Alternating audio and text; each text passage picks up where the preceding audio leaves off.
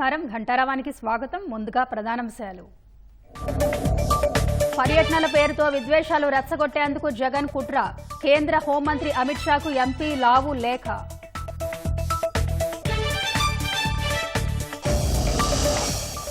కువైట్లో తెలుగు మహిళపై ఇంటి యజమానుల దాష్టీకం. యాసిడ్ దాడి చేసి పిచ్చాసుపత్రిలో చేర్పించిన వైనం.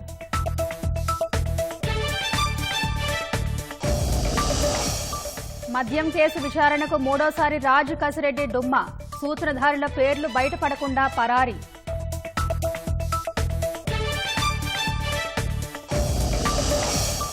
ప్రతీకార సుంకాలపై ప్రపంచ దేశాలకు ఊరట. 90 రోజులు నిలిపివేస్తున్నట్లు ట్రంప్ ప్రకటన.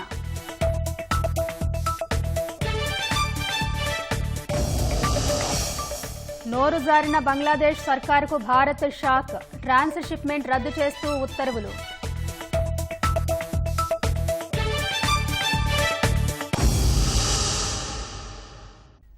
పొట్టకూటి కోసం కువైట్ వెళ్లిన ఓ తెలుగు మహిళపై అక్కడి యజమానులు దాడి చేసి పిచ్చాసుపత్రిలో చేర్చారు.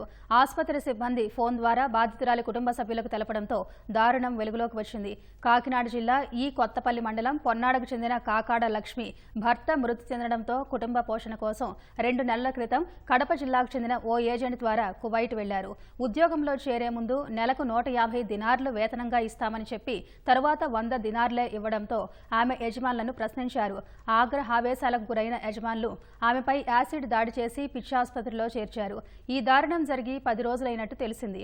కొద్దిగా కోలుకున్న బాధితురాలు విషయాన్ని ఆసుపత్రి సిబ్బందికి చెప్పగా వారు స్థానిక పోలీస్ స్టేషన్లో యజమానులపై ఫిర్యాదు చేయించారు.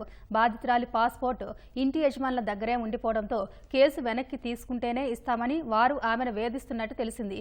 ఏం చేయాలో తెలియని స్థితిలో ఆమె పిచ్చాసుపత్రిలోనే మగ్గిపోతున్నారు. తన బాధనంతా వీడియో కాల్ ద్వారా తమ్ముడికి చెప్పుకున్నారు. ఏజెంట్ను సంప్రదిస్తే డబ్బులు డిమాండ్ చేస్తున్నారని కుటుంబ సభ్యులు వాపోతున్నారు. ప్రభుత్వం స్పందించి బాధితురాలిని స్వదేశానికి తీసుకురావాలని వేడుకుంటున్నారు.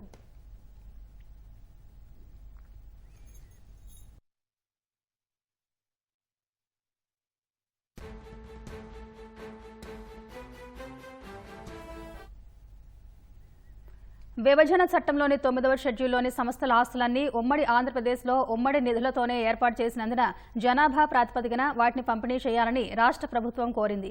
ఈ మేరకు కేంద్ర హోంశాఖ కార్యదర్శికి స్పష్టం చేసింది. ఈ షెడ్యూల్లోని సంస్థలను విడివిడిగా కాకుండా అన్నిటినీ ఒకేసారి పంపిణీ చేయాలని కోరింది. రాష్ట్ర విభజన జరిగి దశాబ్దం దాటిపోయినా ఇప్పటికీ ఆస్తుల పంపకాలు పూర్తి స్థాయిలో జరగలేదు. విభజన చట్టం ప్రకారం 9వ షెడ్యూల్లో ఉన్న ఆస్తులను జనాభా ప్రాతిపదికన పంపకాలు చేపట్టాలని కేంద్ర హోంశాఖను రాష్ట్ర ప్రభుత్వం కోరింది. ఉమ్మడి రాష్ట్రంలో ఈ ఆస్తులన్నీ ఉమ్మడి నిధులతోనే ఏర్పాటు చేసినందున ఆ మేరకు నిర్ణయం తీసుకోవాలని తెలిపింది. ఇప్పటి లెక్కల ప్రకారం ఆ ఆస్తుల విలువ 21,000 కోట్లకు పైగానే ఉందని, అందులో 14,000 కోట్లు ఏపీకి ఇవ్వాలని తేల్చి చెప్పింది.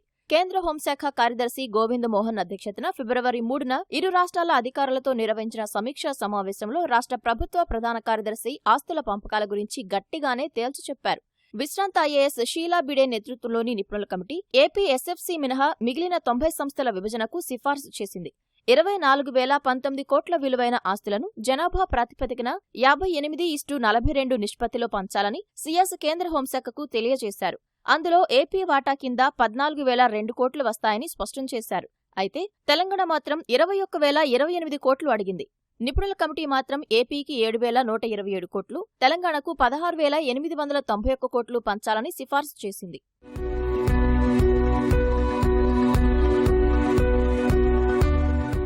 తొమ్మిదవ షెడ్యూల్లోని ఆస్తులన్నీ అవిభాజ్య ఆంధ్రప్రదేశ్లో ఉమ్మడి నిధులతో సృష్టించినవే కాబట్టి వీటిని జనాభా నిష్పత్తిలో పంపిణీ చేయాలని రాష్ట్ర ప్రభుత్వ ప్రధాన కార్యదర్శి కోరారు. నిపుణుల కమిటీ సిఫార్సుల్లో పేర్కొన్న 53 కంపెనీలు, కార్పొరేషన్ల విభజన వరకు మాత్రమే ఇప్పటి వరకు ఒప్పందం కుదిరిందని, మరో 15 కంపెనీలు, కార్పొరేషన్లకు సంబంధించి చేసిన సిఫార్సులను తెలంగాణ ప్రభుత్వం అంగీకరించింది తప్పితే ఏపీ అంగీకరించలేదని తెలిపారు. మిగిలిన 22 కంపెనీలు, కార్పొరేషన్లపై నిపుణుల కమిటీ సిఫార్సులను తెలంగాణ అంగీకరించలేదు.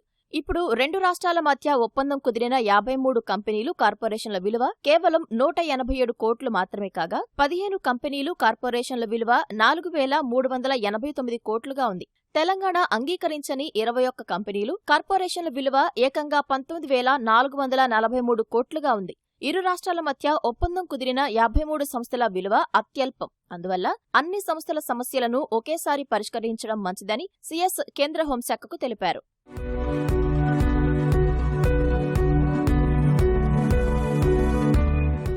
2014-15 ఆర్థిక సంవత్సరానికి సంబంధించిన కేంద్ర ప్రాయోజిత పథకాల్లో తెలంగాణ వాటా కింద ఏపీ నుంచి 495.21 కోట్లు రావాల్సి ఉందని తెలంగాణ సీఎస్ కోరగా, రెండు రాష్ట్రాల మధ్య పంపిణీ చేయాల్సిన కేంద్ర ప్రాయోజిత పథకాల వాటాను, అలాగే ఉమ్మడి సంస్థలపై ఇరు రాష్ట్రాలు పెట్టిన ఖర్చుల లెక్కలను త్వరగా తేల్చాలని కాక్కు లేఖ రాయనున్నట్లు కేంద్ర హోంశాఖ కార్యదర్శి హామీ ఇచ్చారు. అలాగే విశాఖ రైల్వే జోన్ కార్యకలాపాలు త్వరగా ప్రారంభించాలని రాష్ట్ర అధికారులు కోరారు.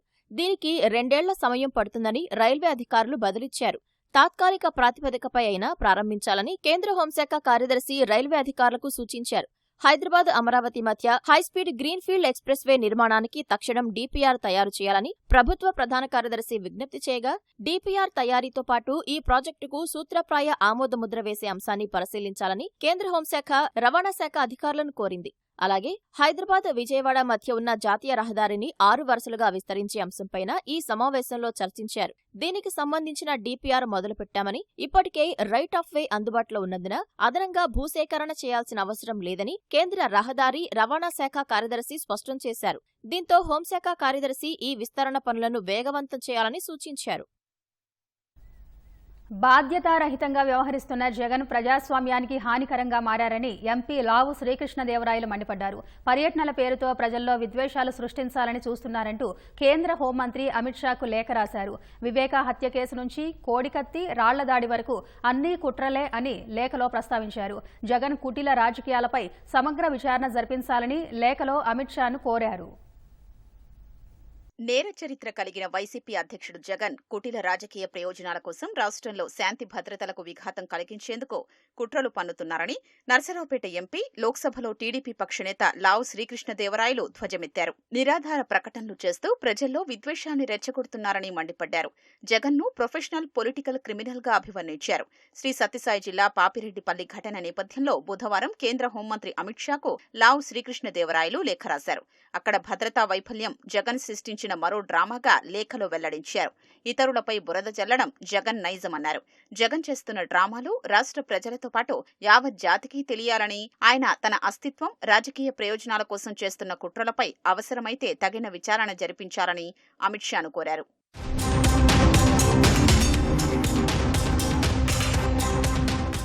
తండ్రి రాజశేఖర్ రెడ్డి ముఖ్యమంత్రిగా ఉండగా ఆయన అధికారాన్ని అడ్డుపెట్టుకుని జగన్ చేసిన ఆర్థిక నేరాలకు సంబంధించి సీబీఐ 11 ఛార్జిషీట్లు దాఖలు చేసిందని, ప్రస్తుతం ఆయన బెయిల్పై ఉన్నారని గుర్తు చేశారు.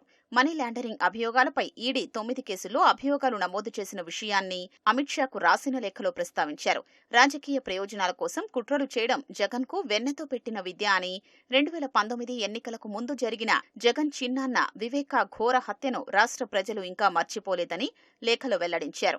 జగన్ కు చెందిన సాక్షి టీవీలో మొదట వివేక గుండెపోటుతో చనిపోయారని ప్రసారం చేశారని, దర్యాప్తును పక్కదారి పట్టించేందుకు జగన్ ఆ నేరాన్ని అప్పటి టీడీపీ ప్రభుత్వంపై నెట్టేసి రాజకీయ ప్రయోజనం పొందారని విమర్శించారు.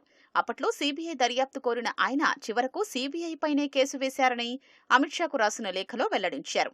వివేక హత్యలో జగన్ అసాధారణ డ్రామా నేర రాజకీయాలకు మచ్చుతునక అనన్నారు. అదొక్కటే కాదు, విశాఖ విమానాశ్రయంలో కోడికత్తి డ్రామా, 2024 ఎన్నికలకు ముందు రాళ్లదాడి డ్రామాను ఆయన అలాగే రక్తి కట్టించారని తెలిపారు.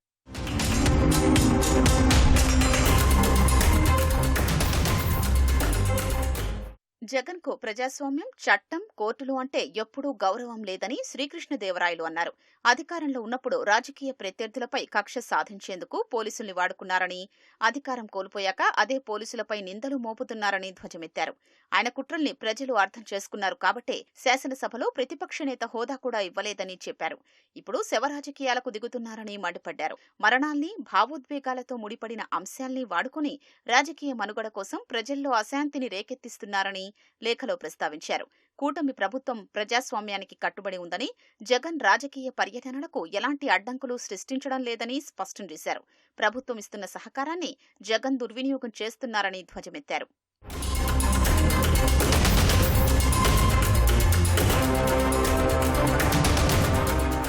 8వ తేదీన జగన్ ఉదయం 11:04 హెలికాప్టర్లో దిగారని, పోలీసులు ఆయన కాన్వాయ్కు ఎస్కార్ట్ ఇచ్చారని చెప్పారు. 12:42 విండ్ షీల్డ్ దెబ్బతిందంటూ వైసీపీ వాళ్లు ప్రచారం చేశారని, 12:56 ఆశ్చర్యకరంగా అదే హెలికాప్టర్ టేకాఫ్ అయిందని తెలిపారు. నిజంగా సమస్య ఉంటే టేకాఫ్ ఎలా అయిందని ప్రశ్నించారు. దీన్ని బట్టే జగన్ డ్రామాను అర్థం చేసుకోవచ్చని లేఖలో వివరించారు.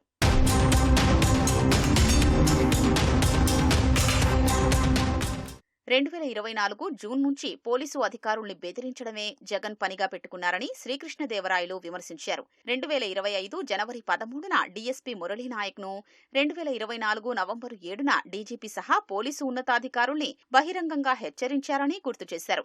2024 జూలై 22న అసెంబ్లీ గేటు వద్ద పోలీసు అధికారుపై దురుసుగా ప్రవర్తించారని, మార్చి 25న అసభ్యకర పోస్టులు పెట్టిన కేసులో నిందితుడైన వైసీపీ సామాజిక మాధ్యమ కార్యకర్తకు పార్టీ అధికారంలోకొచ్చాక సీఐ, డీఎస్పీలతో సెల్యూట్ చేయిస్తానని వాగ్దానం చేశారని తెలిపారు. ఏప్రిల్ 8న పోలీసుల్ని బట్టలూడదీసి నిలబెడతారని బెదిరించారని చెప్పారు. పోలీసుల నైతిక స్థైర్యాన్ని దెబ్బతీసేలా, వారిని చులకన చేసేలా జగన్ వ్యాఖ్యలు ఉన్నాయని ధ్వజమెత్తారు. దీన్ని బట్టి వారి కుట్ర అర్థమవుతోందని అమిత్ షాకు రాసిన లేఖలో లావు శ్రీకృష్ణదేవరాయలు వెల్లడించారు. మద్యం కుంభకోణం కేసులో సిట్టు విచారణకు కసిరెడ్డి రాజశేఖర్ రెడ్డి మరోసారి గైర్హాజరయ్యారు. సిట్టు తాకీదులు బేఖాతరు చేస్తూ ఆయన ఫోన్ స్విచ్ ఆఫ్ చేసుకుని పరారీలో ఉన్నారు. ఇతనికి గత ప్రభుత్వ హయాంలో కీలక పోస్టులో పనిచేసిన ఓ ఐపీఎస్ అధికారి తెర వెనక ఉండి సాయం చేస్తున్నట్టు సమాచారం. వైసీపీ హయాంలో జరిగిన మద్యం కుంభకోణంలో కీలకంగా వ్యవహరించారని ఆరోపణలు ఎదుర్కొంటున్న కసిరెడ్డి రాజశేఖర్ రెడ్డి మరోసారి సిట్టు విచారణకు డుమ్మా కొట్టారు. వరుసగా మూడోసారి సిట్ నోటీసులు బేఖాతరు చేస్తూ విచారణకు హాజరు కాకుండా పరారయ్యారు.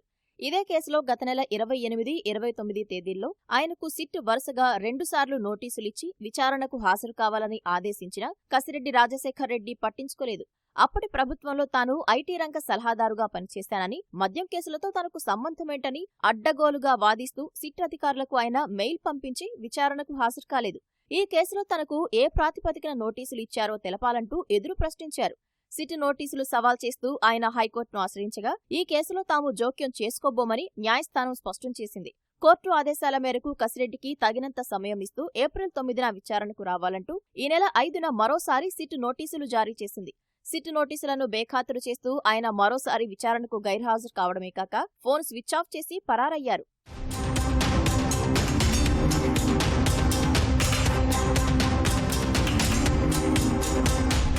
వైసీపీ హయాంలో అత్యంత కీలకమైన పోస్టు దక్కించుకున్న ఓ ఐపీఎస్ అధికారే కసిరెడ్డికి తెరవెనక సాయం చేస్తున్నారన్న ఆరోపణలున్నాయి.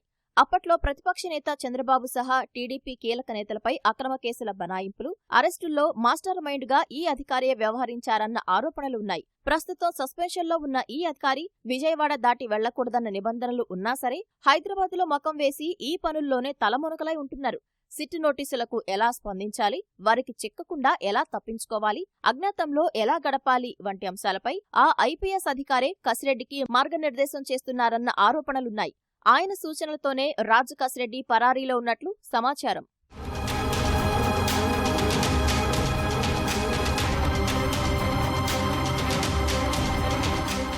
జగన్ హయాంలో ప్రభుత్వ పెద్దలకు లంచాలు చెల్లించేందుకు అంగీకరించిన వారికే మద్యం సరఫరా ఆర్డర్లు కట్టబెట్టడం, వారి నుంచి ముడుపులు వసూలు చేయటం వంటివన్నీ కసిరెడ్డి రాజశేఖర్ రెడ్డే చూసుకునేవారని సిట్ దర్యాప్తులో తేలింది. ఆయన్ను ప్రశ్నిస్తే ఈ లంచాల సొమ్ము అంతిమంగా ఎవరికి చేరిందో బయటకొచ్చే అవకాశం ఉంది. అందుకే ఆయన సిట్ చేతికి చిక్కకుండా వైసీపీ పెద్దలు ఐపీఎస్ అధికారి అజ్ఞాతంలోకి పంపినట్లు సమాచారం.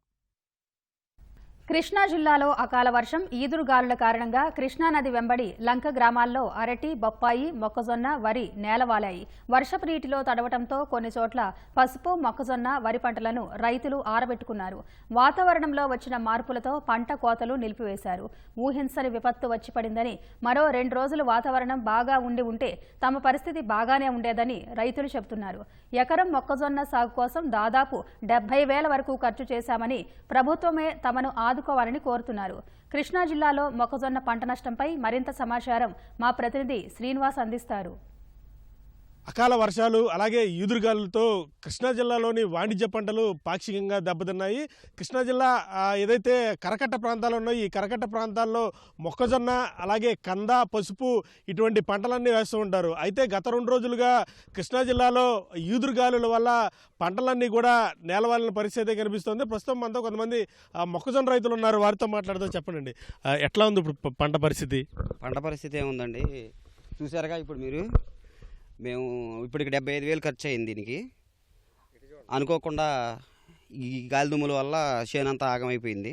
మొత్తం 120 రోజుల పంట, అది 75 రోజులు అయ్యింది. పెట్టిన పెట్టుబడి కూడా రాదండి. ఇంతకుముందు పసుపు వేసి ఉన్నాం దీంట్లో, అది పసుపు తీసేసాం. పసుపు తీసేసి అదే మొన్న వరదలు వచ్చినాయి కదా, ఆ వరదల మూలాన పసుపు తీసేసి మళ్ళీ మొక్కజొన్న వేసుకున్నాం. మొక్కజొన్న పరిస్థితి ఇది. ఏదైనా ప్రభుత్వం ఆదుకుంటేనే తప్ప లేకపోతే మాకు పురుగుల మందు డబ్బాలే. ఇప్పుడు ఎప్పుడు వచ్చింది ఇంత భారీ ఎత్తున ఎదురుగాలు? ఎప్పుడంటే వర్షం వచ్చింది మాత్రం రేవు వచ్చిన తర్వాత ఒకసారి వచ్చిందండి, 3 నెలల క్రితం. ఈ మొన్న ఒక రోజున ఊనే తేలిగ్గా వచ్చిపోయింది, మళ్ళీ ఇట్లా ఉంది. అప్పుడు పసుపు వరద వచ్చినప్పుడు పసుపు పంట పోయిందన్నారు కదా, అప్పుడు ఎంత నష్టం వచ్చి ఉంటుంది? అప్పుడు ఎకరానికి 1,20,000 దాకా దండగ వచ్చిందండి ఒక్కొక్క ఎకరానికి. ఎందుకంటే 80,000 రూపాయలు పెట్టి ఇత్తనమే కొన్నామండి. మరి అటు దుక్కులు పిండి ఒక్కొక్కటి 60 రోజులు పంట అయిపోయింది. 60 రోజులు పంట అయిందండి అప్పటికి, ఏది మునిగే నాటికి. అప్పుడు ఏమీ లేదు. అప్పుడు గవర్నమెంట్ తరఫు నుంచి మాకు ఈ క్రాప్ అయినాటికి 14,000 చొప్పున వచ్చినాయండి. 14,000 అంటే ఒకసారి మనకి కూలీలు ఖర్చు కూడా రాలేదండి. దాన్ని చూసి ఏదైనా ప్రభుత్వం తరఫు నుంచి సాయం చేస్తేనే తప్ప, లేదంటే భార్య బిడ్డలకు తిండి పెడతానికి కూడా కష్టమేనండి మాకు. ఇప్పుడు ఈ మొక్కజొన్న పడిపోయింది కదండి, ఇప్పుడు ఇది కంకి ఎందుకు పనికి రాదు? ఇది కంకి అంటే ఇది కింద ముదిరి నడితే పనికొచ్చేదండి, కింద ఇంకా కట్టలేదు కదా, దాని గురించి పనికొచ్చేది విధంగా ఏమీ లేదు. అది దాని గురించి బాగా ఇబ్బందికరంగానే ఉంది. ఇది ఒలిసి చూపిస్తాం చూడండి, ఇది పాలకంకి మీద ఉందండి. ఇంకా పంట దశకి రాలా. ఇంకా ఇది చూడండి ఒకసారి, ఇది చూడండి. అది ఇంకా కండి ముదరలేదండి. కండి ముదిరి నడితే ఏదన్నా మాకు పనికొచ్చే విధంగా ఉండేది. అటు ఇటుగా అంటే ఆయన గాలి దుమ్ము వస్తాం వలన మొత్తం నేల వాలిపోయి బాగా ఇబ్బందికరంగా ఉంది మా పరిస్థితి. ఒకసారి చేను కూడా చూడండి, ఒక్కొక్కళ్ళు 4 ఎకరాలు 5 ఎకరాలు వేసాము. వరదలకేమో పంటలు పోయినాయి. అవి పోయినాయి అనుకుంటే ఈ చూస్తేనే ఈ నేలపాలు అయిపోయింది. మరి మా పరిస్థితి ఏంటో మాకే అర్థం కావట్లేదు. ఏదైనా గవర్నమెంట్ ద్వారాగా మాకు ఏదైనా ఉపాధి ఏదైనా నష్టపరిహారం చేకూరితే ఇబ్బంది లేదు. అరటి తోటలు కూడా చాలా పడిపోయినాయండి. అరటి తోటలు వేసాము, అరటి తోటలు పోయినాయి. పసుపు అయితే పసుపు పోయింది. ఏది వేసినా సరే ఏడు అంతా నష్టంగానే ఉందండి అసలు.